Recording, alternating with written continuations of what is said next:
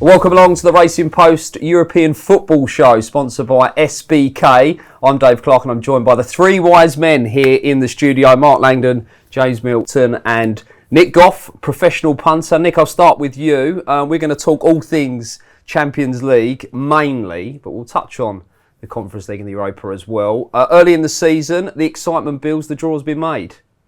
Yeah, it has. And it's second season now, so it's not quite new. I thought the format change was great, much needed.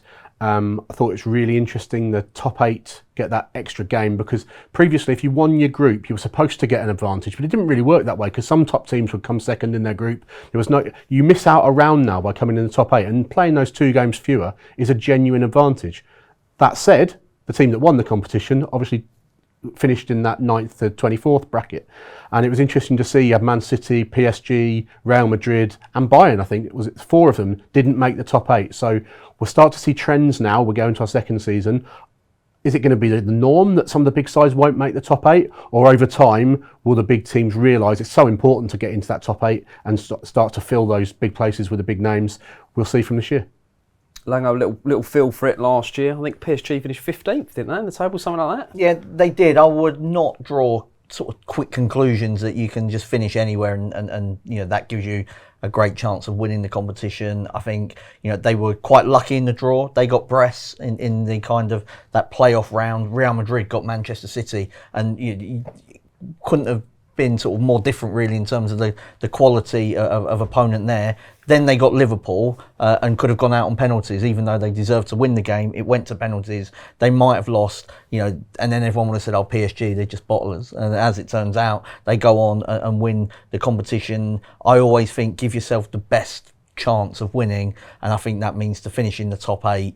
You can win from further back, but I think everyone will be trying to finish in the top 8. You won't see people resting until that sort of slot is secure. Milts, the 2 words banned from the show are coefficient and software, but there's a lot of English teams lining up this year. There are, yeah. As a bit of a Luddite, I'm happy to not be drawn on my thoughts about software, but yes, 6-pronged English attack, and you know, obviously Mark's beloved Tottenham, the Europa League winners, got the best team in the world, Chelsea, and Liverpool, who, you know, as Mark mentioned, ran into PSG last season.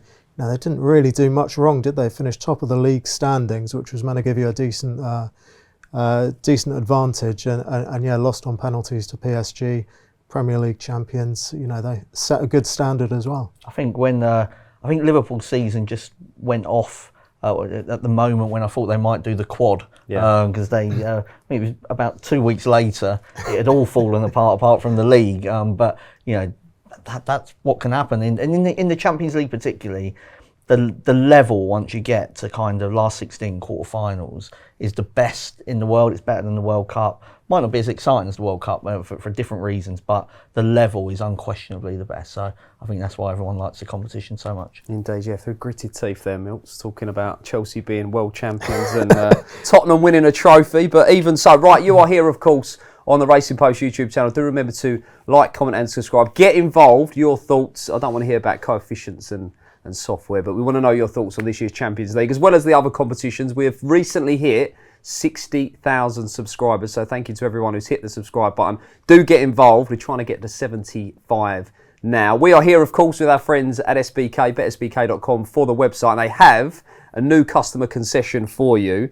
All new customers will get £40 in free bets when you wager £10. So jump onto the website. Their terms and conditions apply. Gamble aware, 18 plus, of course. Right, we've already touched a little bit, Mark, on the format. We won't go through it completely in its entirety, but we're now not looking at, you know, home and away, the same teams, Tuesdays, Wednesdays, whatever. It's been all mixed up. Did anything catch the eye early doors? There's some quite lively fixtures early on. I think there's definitely some big games. I mean, because now the way that the draw works, that every top seed has to play 2 other sort of top seeds, it means that you're just guaranteed big games almost every match day. And you look at, like, you know, Bayern have got PSG and Arsenal and Chelsea coming up. That just wouldn't have happened previously. You know, it would have been Paphos, Club Brugge, and then, you know, maybe a kind of I don't know, a Newcastle or something like that. So I definitely, you get more games against sort of teams of your level, and that applies to the ones right at the bottom as well. You know, Kairat against Paphos. I know you'll be watching that one on Matchday too, Dave. But I'm hoping to be there, yeah. yeah, so you know, that's the kind. That's where I think it has benefited. So yeah, we're looking forward to it. Obviously, starts on Tuesday, runs through past Christmas into January for the group stage. Then you've got the playoff round, and it's basically non-stop Champions League from now and until May. Nick, are we thinking, you as the punter, the pro punter among us, a little bit more competitive? So for the punters out there, you're probably not looking at, you know, teams going off 8, 10, 12, 16 on week after week. We're looking at really competitive matchups every match day. Just look at these first 6 games that the English teams have got, or the first game that the 6 English teams have got, starting from next Tuesday. I think there's 4 England v Spain matchups, and then City playing Napoli. No one has got an easy game. Now, there are still some easy games, but that's fine because, you know, in each game week, as Mark said, you are guaranteed a marquee match, and that's what was missing with the old group stage. It was the same teams smashing up the same teams week after week. And I don't think this format is necessarily perfect. I think looking at a 36-team league table is something we're not used to, and it's a bit weird, especially when you only play 8 games. So there's not a lot of time for variance to come out and look like a real league table, but it's better than it was. Milts, we've seen the draw. Has it changed in any way the impact on the look of the outright market, or is it kind of as you were? I mean, I think, you know, you're obviously able to kind of rate the you know, how easy or difficult a team's draw is, but it is so hard to kind of base your long-term betting on that. You know, I think we mentioned PSG last season. They lost 3 of their first 5 games. You know, they were big drifters when the draw was made because they had a really tough-looking draw. And I think you're still, you know, you've got that safety net of finishing in the top 24, keeps you in the competition. You're still looking for teams who are going to be peaking at the business end. You know, PSG did that brilliantly. Right, some key dates for you then. Mark touched on them as well. The final, 30th of May, are in Budapest, Puskas Arena. We've got match day starting on the 16th of September all the way through to the 28th of January. Playoff draw will be the end of January, and then round of 16 in March, quarterfinals April, semi-finals in May, final at the end of May as well. Right, let's now get into the nitty-gritty and the big contenders in this year's Champions League. Has anyone got a strong view on Liverpool? I'll maybe go across the line, Mark. Liverpool, I think they were deserving Premier League champions last season. They've obviously bought Isak, which is definitely going to improve your front line, and Ekitike. Just wonder, it's early days, I just wonder about their defence actually when we get to winning a quarter-final, semi-final and final. So respect them, but they're not my choice. Milt's round of 16 last year for the English champions. Will they improve on that? I think they should do. I mean, I echo what Mark says about their defence. You know, the way they defended in the first 2 Premier League games gave me, as an Arsenal fan, lots of hope, and then we didn't quite test them at Anfield. You know, they were terrific last autumn in the Champions League. Won their first 7 games. Only dropped points with a second string side on the final match day. And yeah, you know, strengthened in attack, but I do worry about the defence. I think they're contesting outright favouritism, Nick. It's a bit of a hideous outright market. We've got 6 teams at single figure prices, but Liverpool right up there, rightly so. Yeah, they have to be right up there. And they won the group stage last year, and they were very unlucky in the draw, as Mark's mentioned. I agree on the defensive balance type thing. I think there's going to be a lot of pressure on Gravenberch. He can't afford to get injured. Maybe Gahey will come in January, because he should have done on deadline day and that didn't happen. That might be able to make a difference for them in January if that happens. I respect them, and I think they should be one of the joint favourites. They wouldn't be a bet for me value-wise at the moment, because I do have a few doubts over them. And if you're going to have a bet at the top of the market, you want as few doubts as possible. I'll stay with you, Nick. Contesting favouritism alongside Liverpool is Barcelona. What are your thoughts? I think I've been very impressed with them early on. I think they should be shorter priced than they are for La Liga, actually. I think they're a bet for La Liga at the moment. I think they're a little bit better than Real Madrid as things stand. But when we come on to them, we'll underline the point that it's how you look in the spring that really matters. But right now, I'm really impressed with them. I think that it's not going to be they're not going to be reliant on Lewandowski like they used to be. Ferran Torres is a real good pressing forward, and in their system fits it really well. Yamal's just a superstar and gets better and better. The midfield combination you've got is just unreal. They tick almost every box. I wouldn't put anyone off backing Barcelona either. Just think that La Liga's a little bit weaker, especially in the bottom half of the league. If you look at the transfer fees being paid in the bottom half of La Liga compared to the Premier League, the league is maybe not quite as strong, but they're a good team. Yeah, Milch, you look at Liverpool and Barcelona, both teams just screaming goals, right? Absolutely. I mean, Barca were the leading scorers last season, weren't they? And had that extraordinary semi-final against Inter. You just felt, they just needed to be a little bit more streetwise in their defending. To get through that one. Lango, what about yourself, Barcelona? They're my tip to win the competition day. Semi-finals last year, got beat by Inter in one of an absolute Champions League classic. On that occasion, and this was where the luck comes into it, they're playing an away game. Both of their fullbacks were out, and they're using Chesney, who was the reserve goalkeeper. And you just don't know which teams will be at sort of peak fitness in April. They just were, I think, unfortunate that they went to San Siro with one or two too many players missing. But I just look at the kind of Rafinha and Lamine Yamal, and just absolute quality there. Like Pedri, Gavi, Yamal, like they're getting better. It's not like you're wondering if they've kind of reached their peak. I don't think that they have. I just see quality in a lot of positions. I'd have similar concerns as to Liverpool, just defensively at the very highest level. But I do want a team, if I'm backing them outright, I want to know that they're trying to win matches, and because with the away goal rule not in operation anymore, I think it does allow the progressive teams to be more aggressive. And Barcelona are the pick for me. Nice. Well, they are the front two in the market with our friends at SBK. I'll just give you a little bit of a show then. Barcelona actually just shade favouritism over Liverpool, 28-5. Liverpool 6s. Arsenal 32-5. PSG 36-5, Real Madrid next in, Bayern Munich, Man City, Chelsea, Tottenham, Atletico Madrid. Mark, we'll move seamlessly into PSG before we do Arsenal. First time winners last year. How do you rate them coming into this? Yeah, I mean, they were very impressive winners, got better as the competition went on.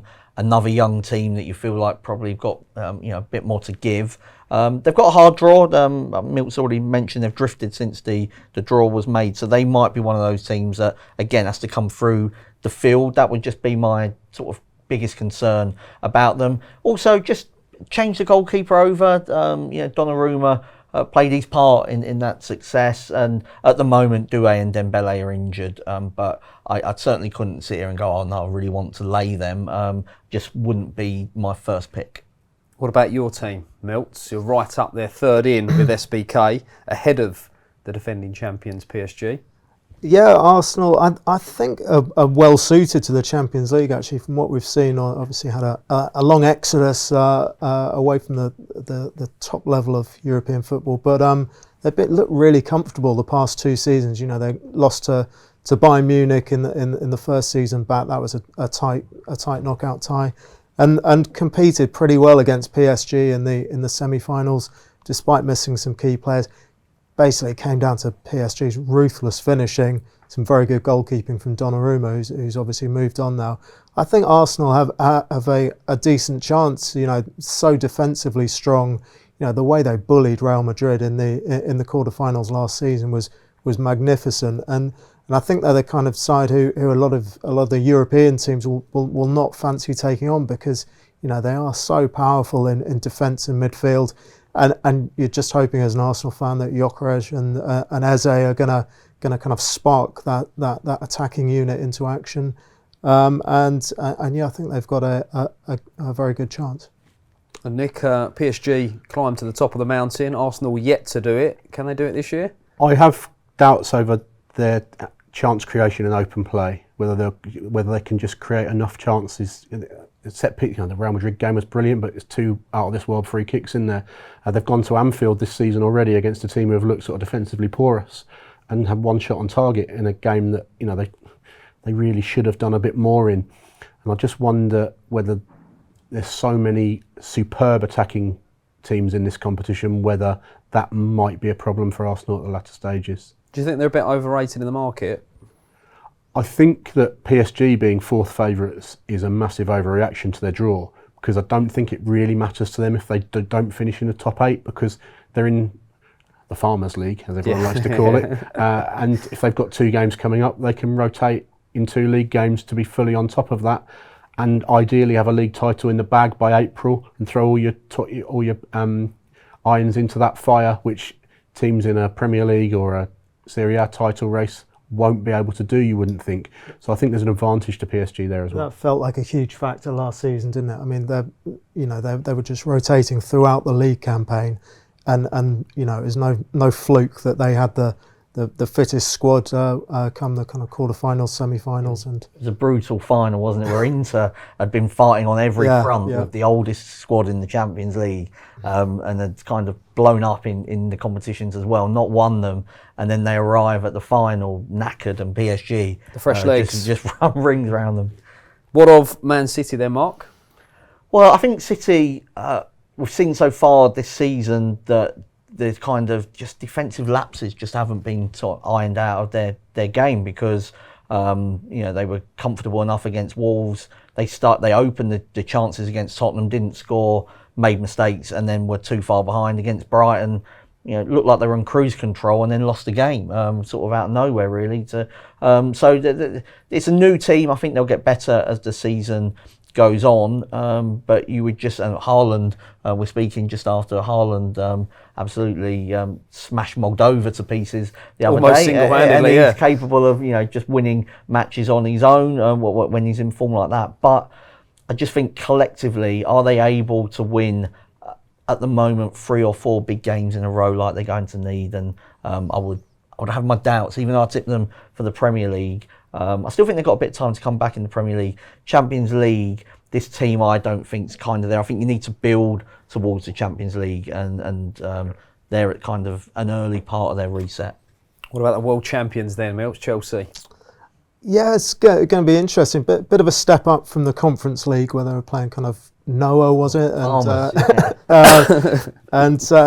But you know, given the amount of money they've spent, I mean, you would expect them to compete. And I think you're not sure how that Club World Cup form is going to stack up. It was at the end of a long season, and it was obviously extraordinary weather conditions out there as well. But you can't take anything away from the way they dismantled PSG in the final.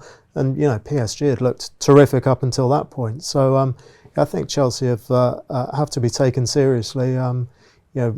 Few concerns about their attacking unit at the moment, but again, post Christmas, you'd expect them to have kind of worked out what their strongest balance is in that department. And Nick, you mentioned the PSG luxury in the so-called Farmers League. A similar kind of approach perhaps for Bayern Munich? Yeah, so I backed Bayern last year, and they were very unlucky with the timing of injuries at the business end of the competition. And I think they may well have gone close had it not been for that. So they've got to be on anyone's shortlist again. Just my gut feel is maybe compared to past Bayern teams, or the top quality in this competition, there might be one or two elite players light. But in that second wave bracket, they're a team that you have to fear, and you'd expect them to be a top 8 finisher. What about then, Mark, your beloved Tottenham? Well, yeah, I mean, obviously lucky to be in the Champions League, given they finished 17th in the Premier League. Started the season, relatively well. PSG in the Super Cup. I know PSG were behind in their preparations, but you actually saw kind of a different approach, and there was a plan to kind of nullify PSG, and it worked for a long time. They've won away at Man City, which I know that Spurs do sort of more often than most, but it's still a good result. And then I was at the game against Bournemouth. We were speaking before the West Ham one. I was at the Bournemouth game, and Bournemouth absolutely battered Spurs. It was an embarrassment, really, that Bournemouth only won 1-0. Even the XG, I don't think, sort of did justice to the dismantling of Tottenham. And then you think, well, if Iraola can do that and Bournemouth can do that, then what does that say at the kind of the highest level? They've got on paper one of the easier draws. I know you don't like coefficients and software, but I mean, sort of a lot of modelling says that they're kind of, I think it's in like sort of the top 4 or 5 easiest draws. So I would expect them to finish between 9th and 24th on the basis of that. But I don't think they'll be sort of going deep in the competition. I think as soon as they come up against a big heavyweight, that'll be them gone. Okay, before we move on, any other business? Inter Milan, of course. Nick, what about Newcastle? I don't think we can mention Tottenham and not mention Newcastle, because for me, there's very little between them. If anything, Newcastle are a slightly better team than Spurs right now. I wouldn't want to be a layer of Newcastle in the 40s, which is, I think, roughly what sort of price they are. I fancy them to go okay, and I think that this Isak thing has sort of it's gone away a bit now. They dominated games without scoring goals, so they've brought 2 strikers in. We're about to see how well they settle. I think Newcastle are a good side. I'd give them, an outside squeak of going well. Walter Messi, are you a believer? yeah. Well, we'll see. But he looked good in that under-21s tournament, didn't he? But that's a very different kettle of fish to this. But they'll need some goals from other sources, obviously. But I fancy them to go close, and the St James's Park Champions League cauldron ought to help.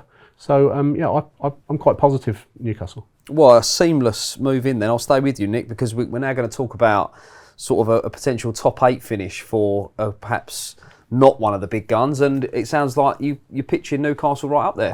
I'd have them on my list alongside Athletic Bilbao, who I think there's a little changing of the guard in Italy, in Spain, perhaps happening, and it's possible that Bilbao are now a better team than Atletico Madrid. But Atletico will stay higher in the market because it's Atletico, and they always finish third, don't they? And they always have a good run in this competition. But for me, Bilbao are the more interesting one. I thought they were really good in the Europa League last year, and then collapsed against Man United, which I quite fancied them to beat Man United, because having seen what they were like, everything went against them. They had a red card early in the first leg. They're a good side, Bilbao, and they come up against Arsenal in game week 1, and I think it's a real hard game for Arsenal. Milton, what about yourself? Anything? We'll call them sort of outsider / dark horse that you might sort of think. I'm not going too exotic, but I think Chelsea are probably worth a bet to finish top 8. Looking at it last season, 16 points was enough, so you can kind of break it down.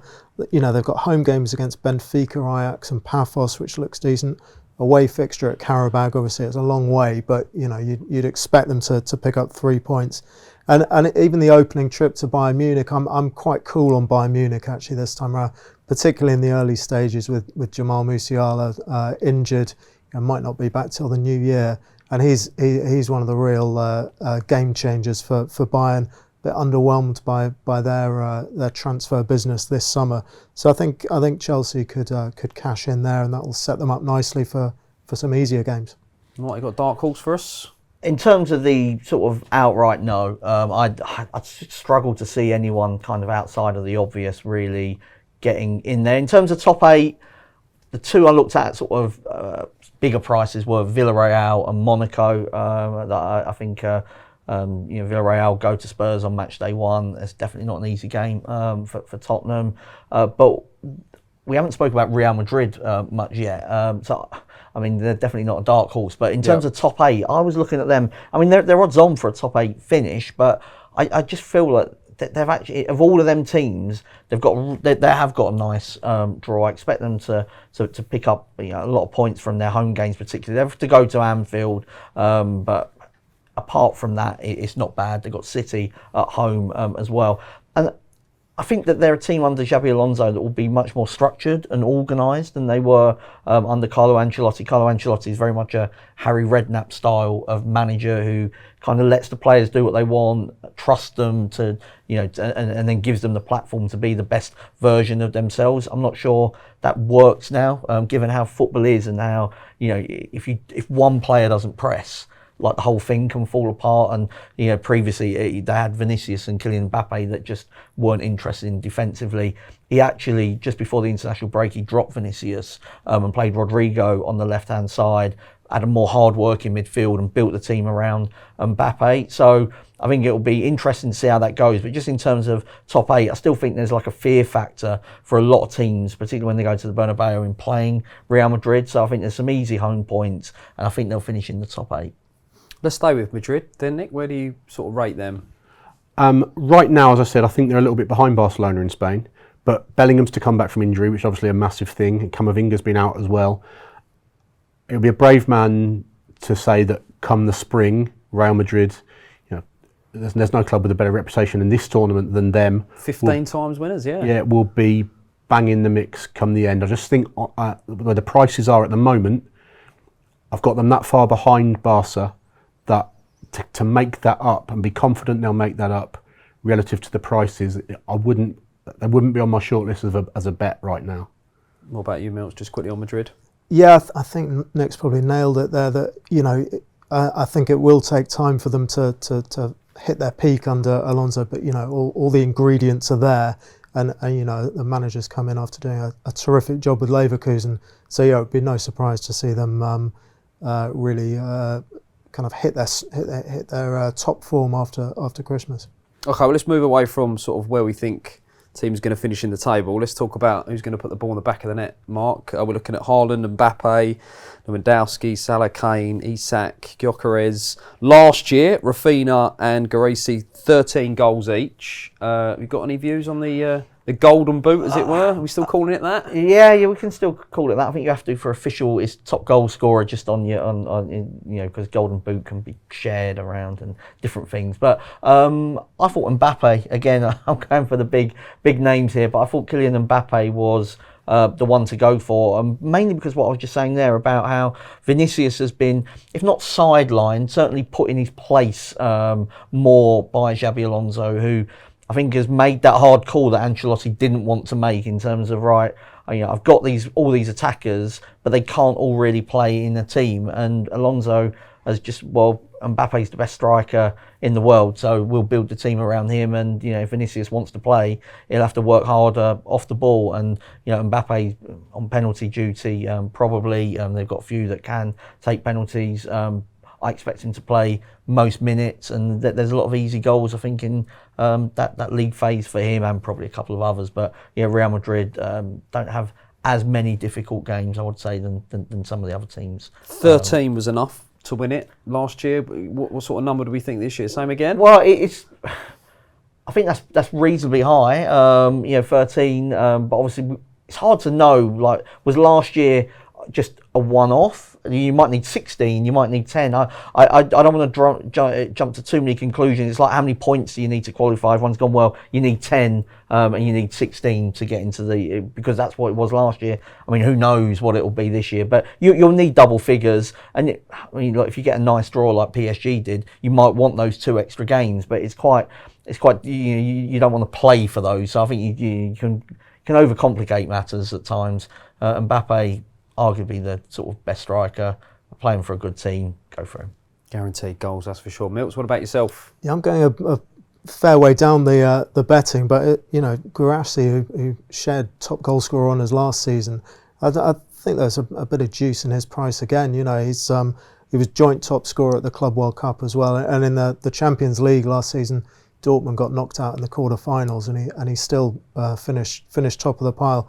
He is just a goal machine. His last 2 Bundesliga campaigns, scored 49 goals. Only Harry Kane's eclipsed that, and he's a long way down the betting. But if you're looking for someone who could make the frame again at a big price, he's 29. It's not as if last season was a flash in the pan.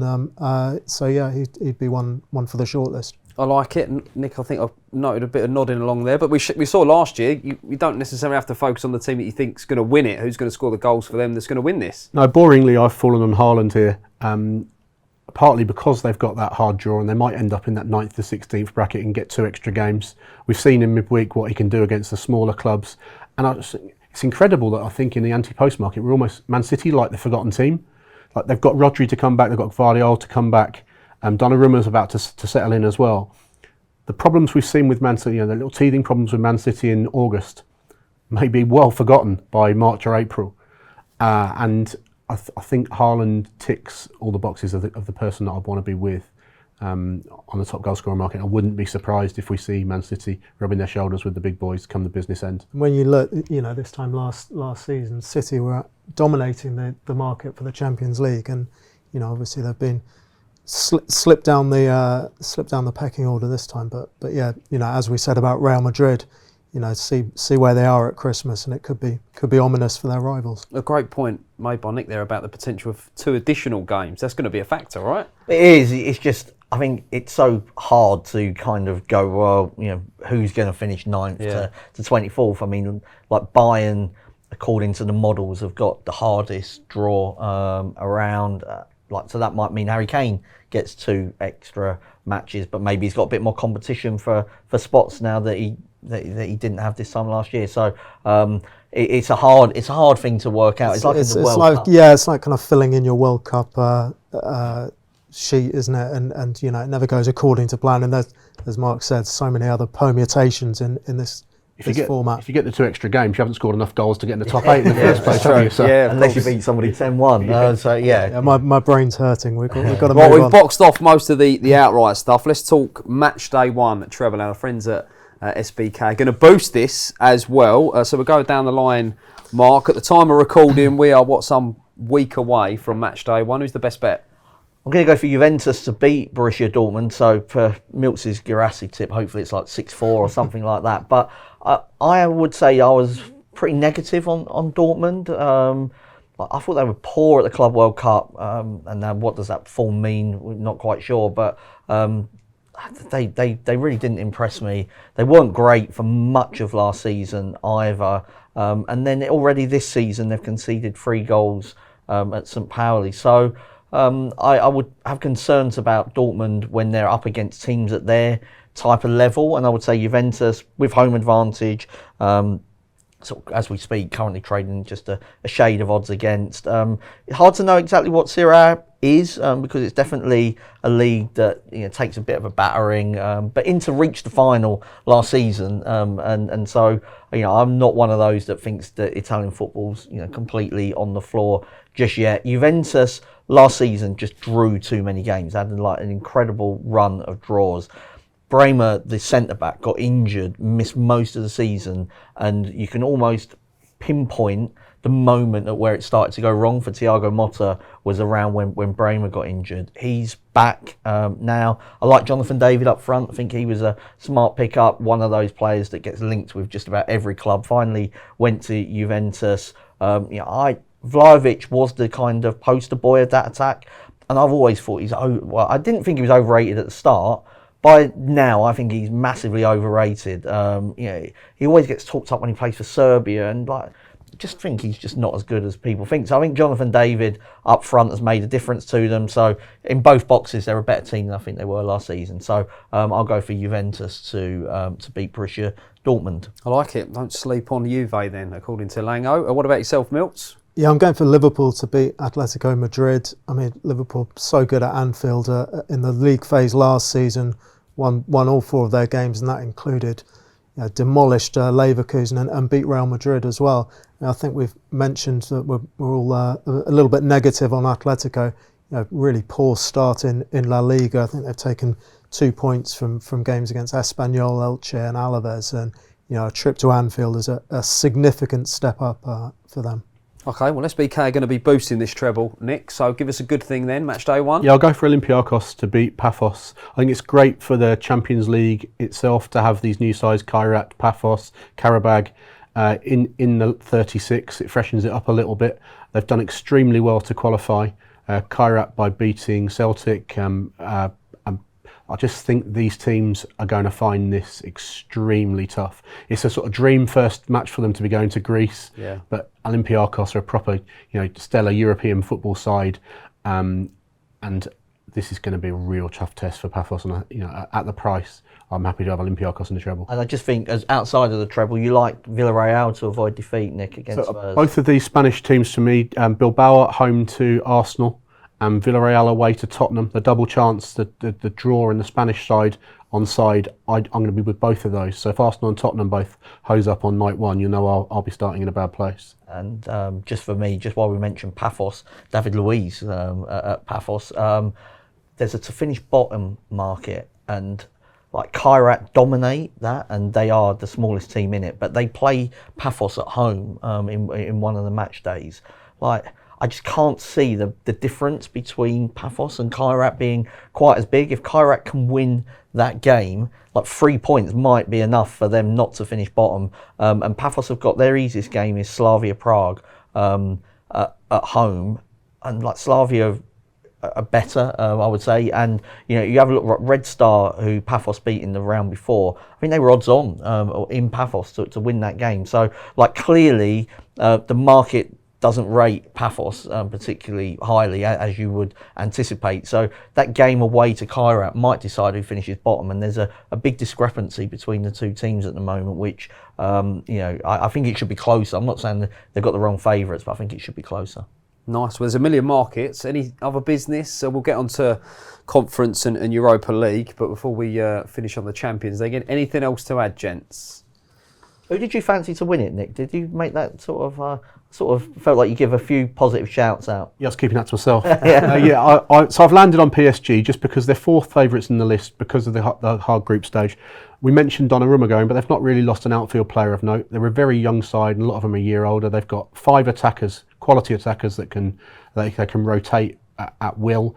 The central midfield 3 is as good as any. They've signed a new centre back, Zabani from Bournemouth. I just don't see why they're not there again at the business end, and everything we said about what they're able to do in the league to rotate is there for them again. They were the best team in the competition last year, albeit get a little bit of luck in the Liverpool penalty shootout. I think they're the team to beat. So I've landed on PSG. I think at massive prices each way. I like Bilbao and Villarreal, the two Spanish sides, to if there's going to be a potential shock. And I think Newcastle will go all right. Okay, well let's carry on down the line. Then this will be clipped up as well, Milt, so it will be binding. Who are we going with for outright honours?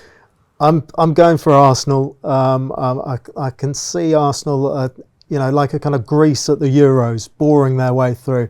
I think they're really well set up to frustrate teams in Europe, and you're hoping after that the latest summer spending spree at the Emirates that they're going to add a bit more zest to the attack. They came up just short against PSG. They were missing a lot of key players, and another young side, another progressive side, and I think there isn't quite that same mental block in Europe as maybe we saw in that game at Anfield. I think they've got a really good chance. Okay, and for the purpose of the video, just confirm again who your team is. Arsenal Football Club. So. Okay, right. Go on, Lego. Yeah, Barcelona, young team, still getting better, and hopefully at some stage this season they'll get back to their home of Camp Nou, which again I think was a disadvantage for them having to play at the Olympic Stadium. They've got used to it, but you'd rather be at Camp Nou than play where they currently are, which is not as daunting for visiting teams. Great stuff. Let us know in the comments below who you are backing for this year's Champions League. The lads in the back tell me that the treble comes to around about 19-5, and SBK are boosting to 6-1 the Matchday treble. So make sure you jump on and take advantage of that. Here on the Racing Post YouTube channel, we've got you covered every week. The assist will be out every Thursday. Mark, more often than not, will be in that, so you can hear his pearls of wisdom. We'll also have the Champions League boxed off for you as well. Match day each week. The team will be previewing the action there. Do make sure you jump on to SBK. They'll be offering ACCA boosts for all sports, really. Football, tennis, US sports. Jump onto that. Terms and conditions apply. So look out for the ACCA boost online. Right. This is the European Football Show, Mark. We've spoke plenty about the Champions League. Now we're going to talk about the Europa League. All the best teams win that, Dave. And the conference, of course. Yeah. So, look, I think the fact that you don't get the Champions League dropouts now, I can speak sort of more freely now. It weakens the competition just from who can win it. And you look at the list and you feel like, like, you know, I'm looking top of the market because I think there is a difference between kind of the top few. Well, I'll jump in. I think Villa are fabs. Villa, Roma, Porto, Betis, Nottingham Forest. The list goes on. I mean, Ange to do the Europa double. No, I'm going to go second season. Yeah, I don't think he'll get two with Mr. Marinakis if it doesn't go well first time around. I'm going to go for Roma. If you look at their sort of form, results in the whole calendar year of 2025, best team in Italy, started by Claudio Ranieri. He's now moved upstairs. Gasperini has come in to work under him. Gasperini worked miracles at Atalanta, including winning the Europa League when they sort of derailed Leverkusen from their invincible sort of season, destroyed them in the final. He's got bigger resources now at Roma. Like, I'm looking around, like, respect Villa, just that Unai Emery, you know, if you're talking about people that have got sort of records at this level, he'd be the best. And I think that eventually they'll find a path, but it's not looked good for them so far.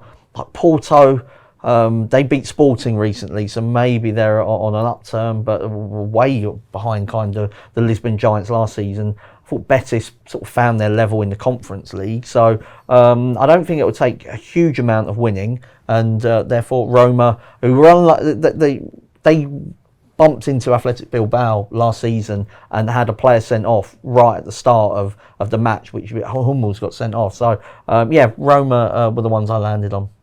What about yourself, Milts? Yeah, I'm keen on Roma as well. I mean, yeah, Mark mentioned last season, but the 3 previous seasons, you know, they won the Conference League, lost on penalties in the Europa League final, and then reached the Europa League semis again. So, you know, they've got fantastic pedigree, and that's even before we come to the new manager Gasperini, who, you know, Mark said they thrashed Leverkusen in the final when Leverkusen were unbeaten all season.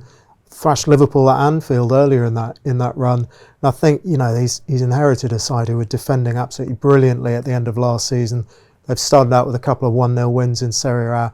I expect him to turn on the style a bit as the season goes on. And in what looks quite a weak competition this season, you know, you're looking at obviously the Premier League representatives, and Villa had a really frustrating summer in the transfer market, didn't they? Kind of hands were tied a little bit there. I think Roma are the most progressive contenders. 2 votes for Roma. Villa are favourites. Palace are favourites for the conference. Could we see a clean sweep for the English clubs this year? No, Villa wouldn't be on my mind as favourites the way they've started the league, and I just think they're just slipping. I think they're more of a mid-table side in the Premier League this year. We laughed at Spurs and Man United being so bad in the league last year and going all the way in this, but on paper, when they played their best 11, they were 2 good football sides, probably 6th or 7th best teams in the league still. Just they threw the league in the bin a bit towards the end because it was all about the Europa League final, and that worked for Spurs, not so much for Man United. I've landed on Stuttgart in the Europa League at a much bigger price. They won the German Cup last year, beating Leverkusen in the final. They come second in the Bundesliga the year before and played in the Champions League last year. That didn't go so well for them, but they're a group horse coming down to handicaps now, if you like, back into the Europa League. They lost the striker Walter Mitty or Walter Moldy or whatever he's called to Newcastle, but the year before they lost Shirasi, the guy that went on to score a load of goals elsewhere. So they can withstand losing one key player a year. They've started nicely in Germany and they're going off short prices for their games, which is always a nice, to keep an eye on the closing lines to see where the market rates them. They're rated as a good side in Germany. So that'd be my stab at, in that sort of second tier of bigger prices. Yeah, nice big juicy price as well. What about the Conference League? Palace as favourites? Yeah, I'll stick with the favourites here, and it is a really weak competition beyond the teams that come into it from England, Spain, Germany and Italy. It's very hard. It's going to be very hard for anyone outside of from the smaller leagues to win a European competition.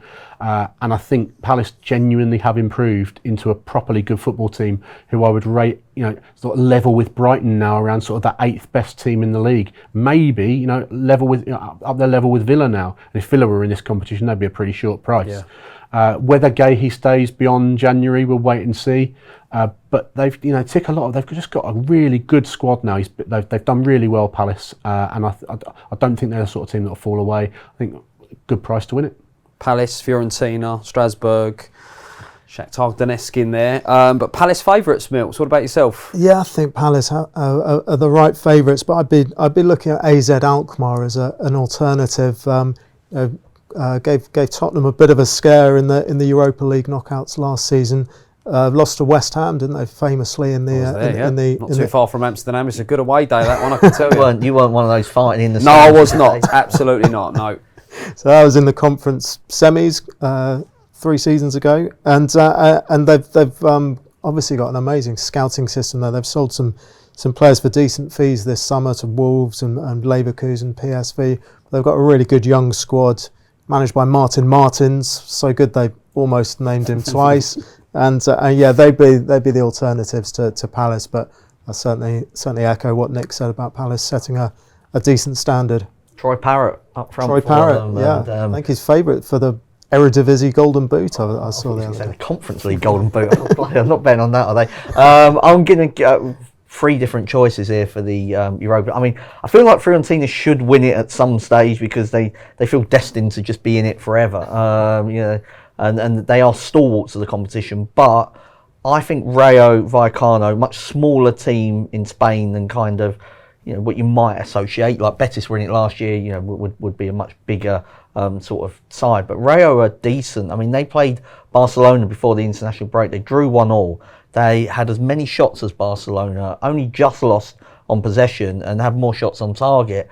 And they've done okay in their other games in La Liga this season. Like that to me is a decent level of form. This was a club that sort of has identified talent in the past, most notably the coach, Iraola, and they haven't. I felt once Iraola left, they'd fall off a cliff, but they haven't, and now they're in Europe. So they've got a good talent ID. It's not going to take much winning, and I don't know, there's just something about backing Palace as favourites to win a European competition that's just putting me off. But I respect them. They should go well. Marvellous stuff. Well, there you go. We've picked the brains of some of the finest there, the 3 wise men, as it were, on what has been the Racing Post European Football Show. We've got another show for Match Day 1. Unless there's any other business, chaps. Nick, I just wanted to quickly ask you, before we start rolling the cameras, I just wanted to pick your brains about, we're at such an early stage of the season. Is it tough to have a strong view? Yes, it is. You can do as much work as you do over the summer on transfer market activity, teams you think will hit the ground running because maybe from stability, or managers that might need a little bit of time to settle in. But you really want to watch some games of football, and then you have to overlay that with transfer deadline day stuff that happens, and then we go on an international break, so we lose a week. So it feels like we're starting again after the international break. But we can't sit on our hands as punters. We've got to take some opinions. So mild opinions in August, and now we start getting really busy from next week. I always think if you fancied the team and they started well, then you kind of fully confident. They're all good. If the team you've backed hasn't started well, you just go, oh well, it's early days, And so there's that sort of confidence and bias that I think just sits in a lot of us, and you have got to be prepared. I think even at an early stage, you just go, well, I've called this one, I've not called this one right, and maybe jump off one. I would just say, just because you did fancy them, there might be signs that if it's not all well, there's nothing wrong with holding your hands up and moving off them pretty quickly. I would say. I think it can be risky, can't it, to blindly follow a team just because you fancied them in July and still have that view in November that you were right when you might well have been wrong. There you go. Nick's told you, just watch more football, Mills. I was just going to say, it sounds like a veiled warning from Lango about me tipping Arsenal to win the Champions League. But we'll come back in a week or so and see how that's looking. Money back if the women win the Women's Champions League at least. Well, it's been a pleasure as ever, gents. Good luck to you out there if you're getting stuck in to any of the European events. And get involved in the show. Want to hear from you. Remember to like, comment and subscribe. Gamble responsibly, and we'll see you next time.